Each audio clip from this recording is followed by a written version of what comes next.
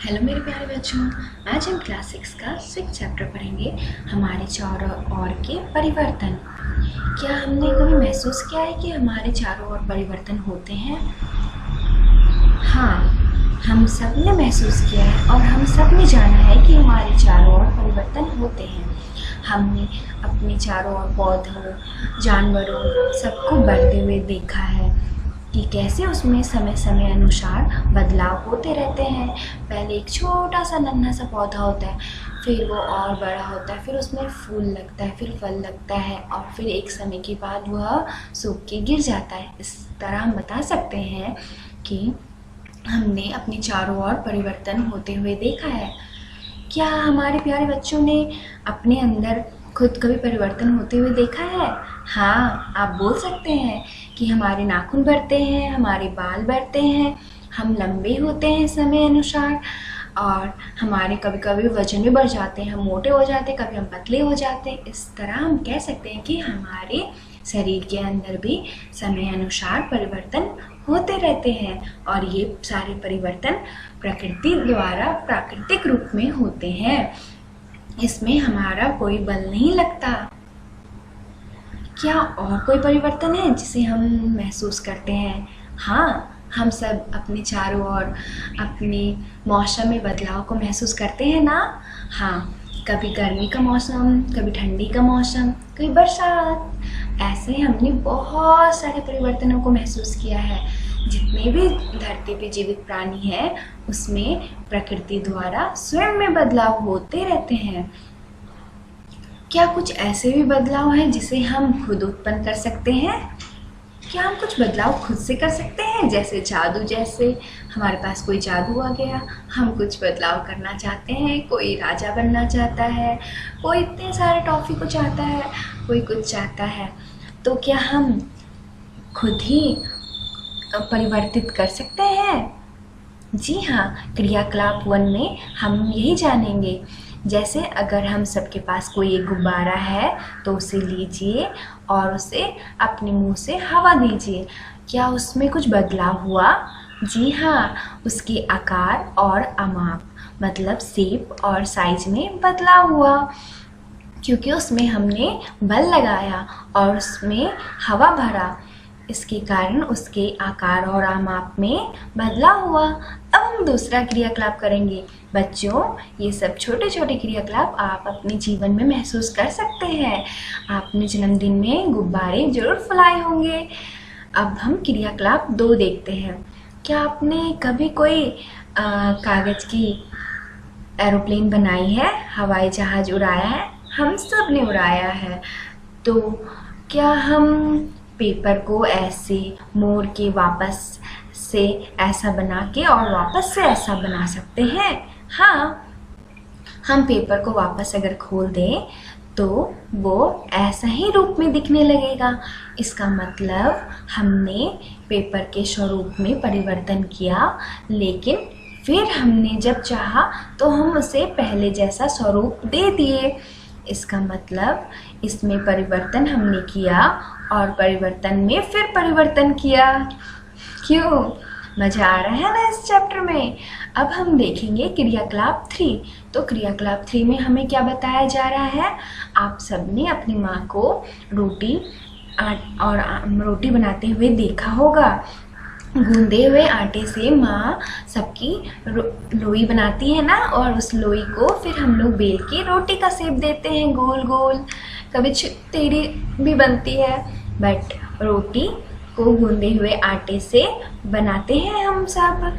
अब क्या हम इस लोई को वापस बेलने के बाद मोड़ के वापस गूंदे हुए आटे में मिला सकते हैं? क्या कोई अंतर होगा? नहीं ना, क्योंकि यह फिर गूंदे हुए आटे जैसा दिखेगा। इसका मतलब हम इस परिवर्तन को इसमें परिवर्तन करते हैं, लेकिन इस परिवर्तन को वापस पहले जैसे में परिवर्तित कर देते हैं। अब हमने 1, 2, 3 क्रियाकलापों में ये जाना कि हम पहले जैसा स्वरूप प्राप्त कर सकते हैं उसमें कुछ भी परिवर्तन करके। क्या हम इन क्रियाकलापों में थोड़ा सा अंतर करके देखते हैं कि क्या फर्क पड़ता है?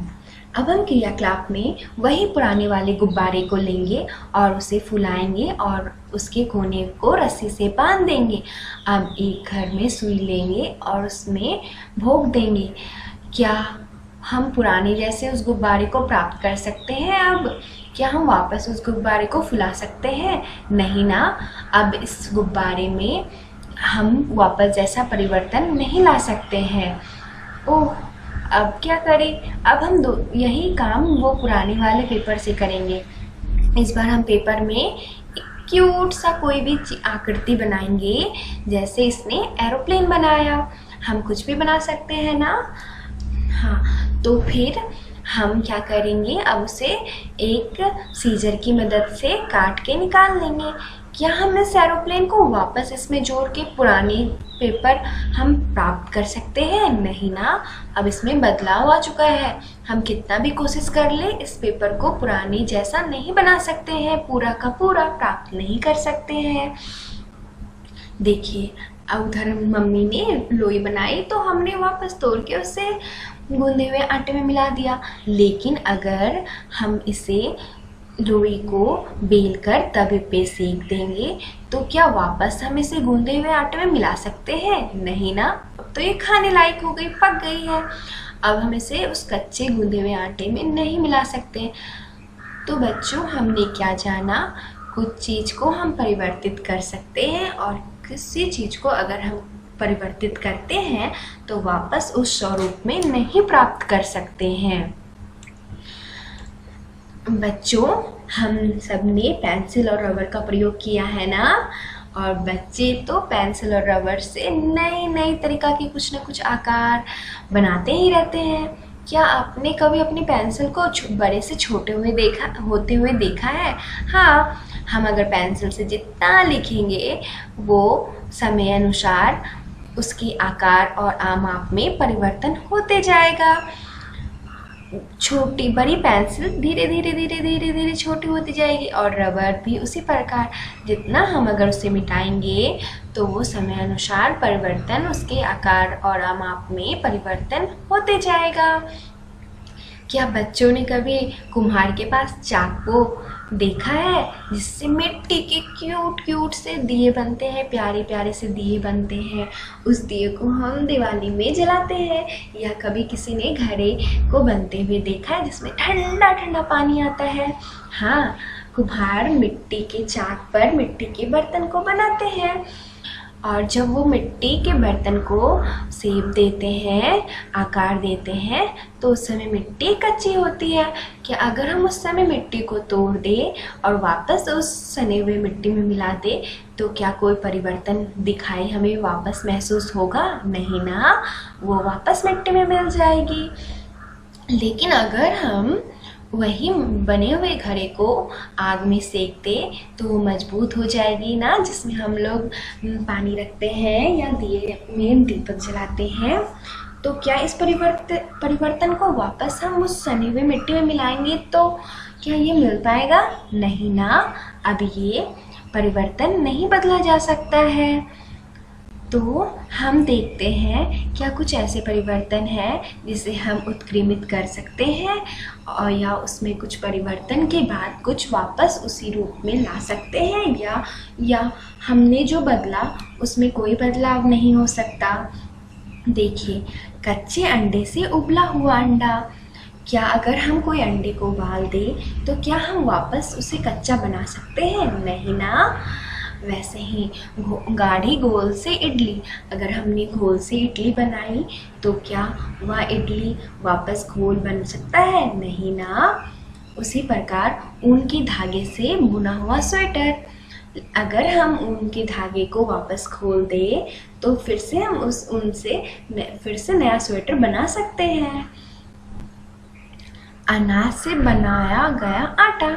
देखते हैं माँ सब अपने घर में गेहूँ पिसाती है जिससे हमें आटा प्राप्त होता है, जिससे फिर हम रोटी बनाते हैं। क्या उस आटे को वापस गेहूँ में बदला जा सकता है? नहीं ना। ठंडे दूध से गर्म दूध। जब हमारे पास दूध वाले अंकल दूध लेके आते हैं तो हम गर्म करते हैं उसको। क्या इस गर्म दूध वापस ठंडा होता है? क्या हमें ज़रूरत पड़ती है इसे वापस गर्म करने की? हाँ, इसका मतलब ये इसे उत्क्रमित किया जा सकता है, क्योंकि ये ठंडा होता है फिर गर्म होता है फिर वापस कुछ समय बाद ठंडा हो जाता है। कली से फूल। आप सबने अपने घर में कभी न कभी कोई फूल के पौधे लगाए होंगे। क्या उसमें से कली को निकलते हुए देखा होगा, फिर उसमें से फूल बनते हुए देखा होगा? क्या फूल कभी वापस कली बनती है? नहीं ना। इसका मतलब है इसे उत्क्रमित नहीं किया जा सकता है। मतलब इसमें जो परिवर्तन हमने लाया उस परिवर्तन को वापस से परिवर्तित करके अपने पुराने स्वरूप में नहीं लाया जा सकता है। दूध से पनीर। दूध से पनीर हमने देखा, क्या पनीर को वापस हम दूध बना सकते हैं? नहीं ना। इसी प्रकार हम इसे उत्क्रमित नहीं कर सकते हैं।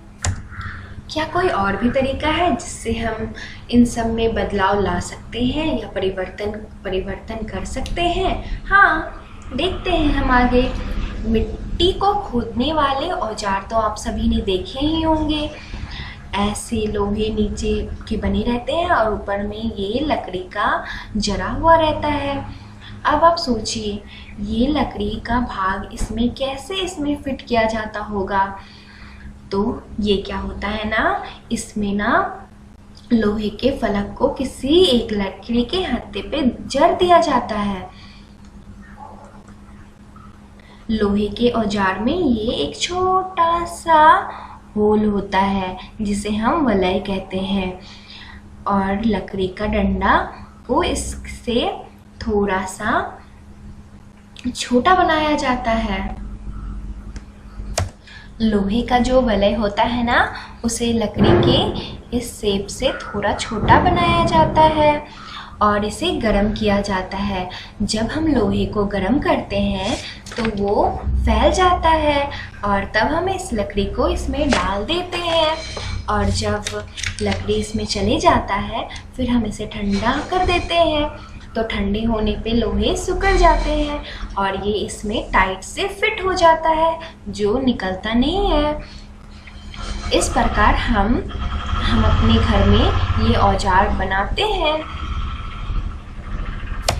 हम सब ने बैलगाड़ी के चक्के पे लोहे की रिम को कसने के लिए भी देखा होगा। क्या ये रिम कैसे उसमें फिट होते हैं, हम जानेंगे। देखिए, ये लकड़ी का ऐसे बना रहता है चक्का और ये रिम ऐसे ही किसी धातु का बना हुआ रहता है। अब रिम को इस चक्के से थोड़ा छोटा बनाया जाता है और जब इसे गर्म किया जाता है तो ये रिम फैल जाता है और तब हम इसे इसके ऊपर ऐसे सेट कर देते हैं और इसके ऊपर फिर हम ठंडा पानी कोने से या डालते हैं, जब तब ये उसके ऊपर कस जाता है। तो इस प्रकार हम एक चक्के में रिम को फिट कर देते हैं। तो हमने क्या जाना, जब हम किसी धातु को या लोहे की वस्तुओं या धातु को जब हम गर्म करते हैं तो वो फैलता है और जब हम उसे ठंडा करते हैं तो वो सिकुड़ जाता है। समझे बच्चों? इस प्रकार हम इसमें बदलाव करके एक नया स्वरूप दे सकते हैं। अब हम देखेंगे कि अगर किसी जल को बर्तन में रखकर गर्म किया जाता है तो क्या अंतर आता है। जब बर्तन में जल उबलना शुरू हो जाता है और इसे लगातार अगर गर्म किया जाता है तो जल की मात्रा बर्तन में घटती जाती है। क्यों ऐसा होता है, आपने कभी सोचा है? जल जब गर्म होता है तो वाष्प बनके वो हल्की हो जाती है और ऊपर उड़ जाती है, हवा में उड़ जाती है वाष्प बनके। उसी प्रकार हम जानेंगे, जब हम किसी बर्फ़ को गर्म करते हैं तो वो पिघल जाती है, तब वो बर्फ़ हमें किस रूप में प्राप्त होती है? जल के रूप में। क्या ये जल वापस बर्फ में बदला जा सकता है? जी हाँ, वापस अगर हम इसे ठंडा करें, फ्रिज में डाल दें, तो ये वापस हमें बर्फ के स्वरूप में प्राप्त हो सकता है। इसका मतलब बर्फ को हमने क्या क्या रूप में जाना? जब बर्फ को हम गर्म करते तो वो जल में बनता, फिर जल को और गर्म करते तो वाष्प बन जाता। वैसे ही वापस जब हम वाष्प को ठंडा करते तो वो जल बन जाता, और जल को जब हम और ठंडा करते तो वो मतलब फ्रिज में डाल देते तो वो बर्फ बन जाता। हम सब ने देखा होगा जब हम कोई चीज़ को ढक के पकाते हैं तो उसके ऊपर हल्का पानी आ जाता है। इसका मतलब ये क्रिया हमेशा परिवर्तनशील है, एक से दूसरे, दूसरे से तीसरे, तीसरे से फिर दूसरे, दूसरे से फिर पहले, ऐसे बदलते रहते हैं। क्या बूझों ने देखा कि सड़क बनाते समय तार रंग का कोई पदार्थ है जिसे गर्म किया जाता है? बूझो जानना चाहता है ये तार क्या है। हमने सबने रोड बनते हुए कभी ना कभी देखा ही होगा, जिसे हम भाषा में, दूसरी भाषा में अलकतरा, डाबर कहते हैं, जो काले या भूरे रंग का अत्यंत गाढ़ा द्रव होता है। जब इसे गर्म किया जाता है तो ये और भी जल स्वरूप में आने लगता है, और जब इसे हम रोड पे बिछा देते हैं तो ये ठंडा होने के कारण ठोस हो जाता है। तो हमने इसके स्वरूप में परिवर्तन किया। इसका उपयोग हम रोड बनाने के लिए करते हैं ना।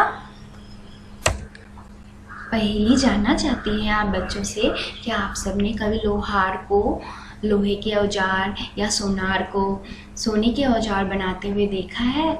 वो कितना उसे पहले गर्म करते हैं। गर्म करने पे कोई भी धातु या कोई भी चीज़ मुलायम हो जाती है ना। जैसे हम सब्जी को जब हम पकाते हैं तो कितनी मुलायम हो जाती है, खाने योग्य हो जाती है ना। जब वो कच्ची रहती है तो मजबूत रहती है, जब हम उसे गर्म करते हैं तो मुलायम हो जाती है। ये हम अनुभव अपने घर के किचन में कर सकते हैं। उसी प्रकार जब हम लोहे या किसी धातु की वस्तु को बहुत ज़्यादा गर्म करते हैं तो वो लाल हो जाती है और मुलायम हो जाती है। तो इसे सोनार या औजार बनाने वाले पीट के जिस औजार बनाना चाहते हैं उस औजार के आकार या माप में बदल के परिवर्तन कर सकते हैं। अब पहेली हमसे पूछती है, गरम करने पे लोहे में क्या परिवर्तन हुआ?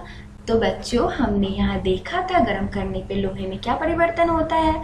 गरम करने पे लोहे फैलते हैं, वो कमज़ोर हो मतलब मुलायम हो जाते हैं, जिसे चाहे हम जो शेप में दे सकते हैं, शेप और साइज में बदल सकते हैं। और ठंडा करने पे फिर वो ठोस हो जाता है, अपना पुराना स्वरूप, जो स्वरूप में हमने उसे गर्म करते समय दिया उस स्वरूप में वो ठोस हो जाते हैं। चलिए, क्रियाकलाप 7 हमें क्या बताता है। एक छोटी सी अगर हम मोमबत्ती अपने घर में देखे ही होंगे, दिवाली में जलाते होंगे या कभी लाइट करते तो हम यूज़ करते होंगे। तो हमने जब हम कोई कैंडल जलाते हैं तो वो बड़ा रहता है, धीरे धीरे उसका शेप घटते जाता है। जैसे जैसे मोम पिघलती जाती है, क्या वापस हम इसे इस शेप में ला सकते हैं? क्या हम इसकी लंबाई वापस स्थिर इसी शेप में ला सकते हैं? नहीं ना। इसका मतलब इसे उत्क्रमित नहीं किया जा सकता है। मोमबत्ती का जलना एक अपरिवर्तनशील है। वापस हम उसी बड़े साइज में इसी पुरानी मोमबत्ती के तरह नहीं ला सकते। क्या अगर हम सारी मोम को इकट्ठा करके वापस से अगर हम इसे गर्म करें तो क्या हम सारे मोम को प्राप्त कर सकते हैं? जी हाँ, हमने तो देखा ही होगा जब हमारे पास छोटे छोटे मोम बच जाते हैं तो हम उसे गर्म करते हैं तो मोम पूरी तरह से हमें प्राप्त हो जाता है। हाँ, जब हम बचे हुए मोम का वापस गर्म करते हैं तो हमें यह वापस प्राप्त हो जाता है। इसका मतलब हम इसे उत्क्रमित कर सकते हैं। क्रियाकलाप 7 में हम देखेंगे हमने देखा कि मोमबत्ती को वापस प्राप्त किया जा सकता है, लेकिन क्या धूप बत्ती को जलाएं और क्या उसे वापस प्राप्त किया जा सकता है? हम सब ने अपनी पूजा स्थल में कभी न कभी कोई धूप बत्ती जलाई होगी। जलने के बाद वो तो राख के स्वरूप में आ जाता है। क्या उसे हम वापस अगर गर्म करेंगे तो क्या वह हमें उस रूप में प्राप्त होगा? क्या वो हमें धूप बत्ती जैसा दिखाई देगा? नहीं ना। इसका मतलब है इसे हम वापस उत्क्रमित नहीं कर सकते हैं। उसी प्रकार अगर हम कोई माचिस को, जब हम माचिस की तिल्ली में कोई क्या परिवर्तन हुए, जिस मोमबत्ती को, अगर हम कोई माचिस की तिल्ली को जलाते हैं तो क्या उससे हम वापस फिर से जलाने उपयोग कर सकते हैं? क्योंकि वो भी तो जलने के बाद राख हो जाती है, उसे हम वापस प्राप्त नहीं कर सकते। मतलब ये, इसे भी हम उत्क्रमित नहीं कर सकते हैं। अरे बच्चों, हम सब ने नमक को पानी में घोला ही होगा। क्या आपने एक जादू देखा है? अगर हम किसी पानी में नमक को घोल दें और उसे हम अगर फिर से गर्म करें तो फिर से हमें पानी वाष्प बन के उड़ जाएगी और हमें वापस नमक प्राप्त हो जाएगा। तो देखा, हम घर में जादू कर सकते हैं, लेकिन बड़ों के साथ। हमें नमक इसी प्रकार प्राप्त होता है। समुद्र में खारे पानी में नमक रहती है, उसे हम सुखा के नमक स्वरूप में प्राप्त करते हैं और उसी से हमारे पास नमक आता है जो हम खाते हैं। देखिए, पहेली हमसे पूछती है, आपने दही को जमते हुए देखा है? तो सभी बच्चों ने दही को जमते हुए देखा ही होगा। गुनगुने दूध में थोड़ी सी अगर दही की मात्रा मिला दी जाती है और उसे कुछ घंटों के लिए छोड़ दिया जाता है तो दूध हमारी दही बन जाती है, खट्टी खट्टी दही। क्या इसे वापस उत्क्रमित किया जा सकता है? नहीं। क्या दही को दूध बनाया जा सकता है? नहीं। तो हम इसमें उत्क्रमित नहीं कर सकते हैं। तो हमने इस चैप्टर में जाना कि हम विभिन्न प्रकार से किसी भी चीज़ में परिवर्तन ला सकते हैं। पदार्थों को गर्म करके या किसी अन्य पदार्थ के साथ मिश्रित करके उसमें कुछ परिवर्तन लाए जा सकते हैं। जब हमने किसी चीज़ में ऊष्मा प्रदान किया तो वो रोटी या कोई चीज़ में परिवर्तन हो गई। जब हमने किसी चीज़ में बल प्रदान किया तो वो बैलून अपना दूसरा स्वरूप में आ गई। हमारे चारों ओर बहुत ऐसे भी चीज़ें हैं जिसे उत्क्रमित नहीं किया जा सकता है। जैसे अगर हम कोई बड़ा पत्थर लें और उसे तोड़ें तो क्या हम वापस उसे पत्थर बना सकते हैं? नहीं ना। कुछ परिवर्तन अपरिवर्तनशील होते हैं, मतलब उसे उत्क्रमित नहीं किया जा सकता है। तो हमने देखा कि परिवर्तन करने की अनेक विधियां हैं। तो इस प्रकार परिवर्तन करने वाले को हमने 2 वर्गों में वर्गीकृत किया है। परिवर्तन जिन्हें उत्क्रमित किया जा सकता है, जिसमें बदलाव लाया जा सकता है वापस पुराने स्वरूप में, और जिसे उत्क्रमित नहीं किया जा सकता है, मतलब हम उसे पुराने स्वरूप में नहीं ला सकते हैं। जिस प्रकार हमने उबले हुए अंडे को वापस हम कच्चा अंडा नहीं बना सकते, उसी प्रकार हम बहुत चीज़ ऐसे हैं जिसमें हम बदलाव करने के बाद वापस उसी स्वरूप में नहीं ला सकते। बच्चों, और भी विभिन्न तरीका हैं, विभिन्न प्रकार से हम परिवर्तन ला सकते हैं, जिससे हम आगे की कक्षाओं में अध्ययन करेंगे। तो हमने बच्चों इस अध्याय में ये जाना कि कुछ को उत्क्रमित किया जा सकता है और कुछ को नहीं। पदार्थों को गर्म करके या किसी अन्य पदार्थ के साथ मिश्रित करके उसमें परिवर्तन लाए जा सकते हैं। तो बच्चों, इस चैप्टर में हमने ये ज्ञान प्राप्त किया। Thank you.